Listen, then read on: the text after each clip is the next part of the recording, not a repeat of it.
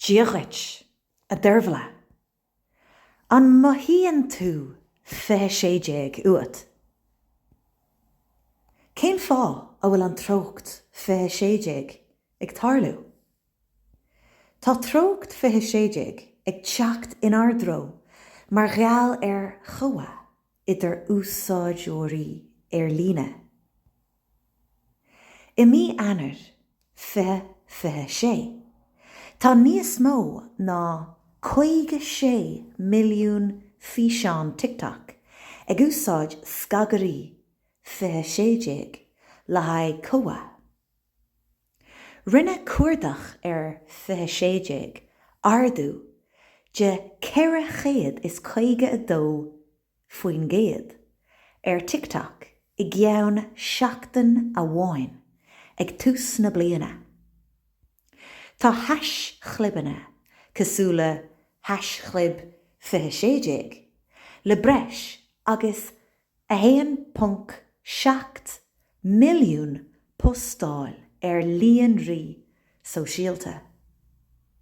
Cuireann daoine ó gach ís grúpa, retro aisin, amhráin, agus scéalta ó 26 ais, mar gheall wathuacháin cuiteann de chuimhne agus siimplíocht.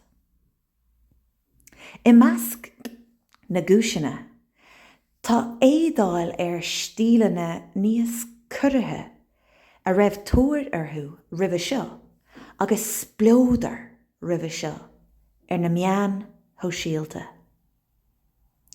Tá an threocht seo ag teacht arás mar ragra athraithe I gcultúr digitach agus éigeantacht sa lá atá inniu ann. Cad fuatsa? Cá raibh tú? I 2016. 10 mbliana ó shin. Cad a bhí siúl agat? Béidir go raibh tú I gadramh eile. Béidir go raibh fadhbanna difriúla agat.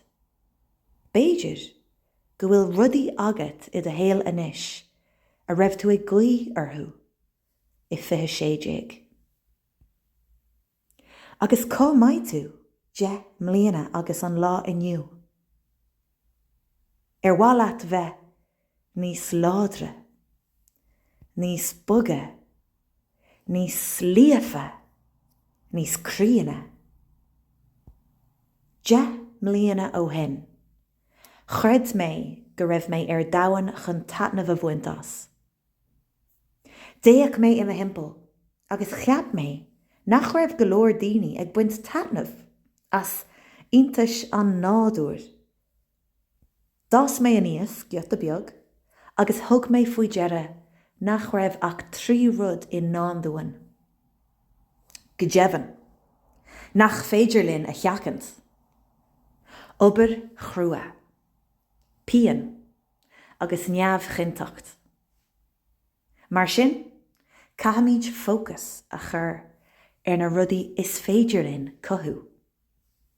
Clán, grá, cardas, sláinte, míanta gríthe. Cad a tharlóí idir inniu agus 26. Is féidir leat do Ghaeilge a amsú. Le chéile is féidir linn bobbal teanga a neartú. Tá méid an seo I mo thuairim, sult a bhuis a bhaint as an saoil. Ach, chumála sin, sásamh a fháil san iarracht.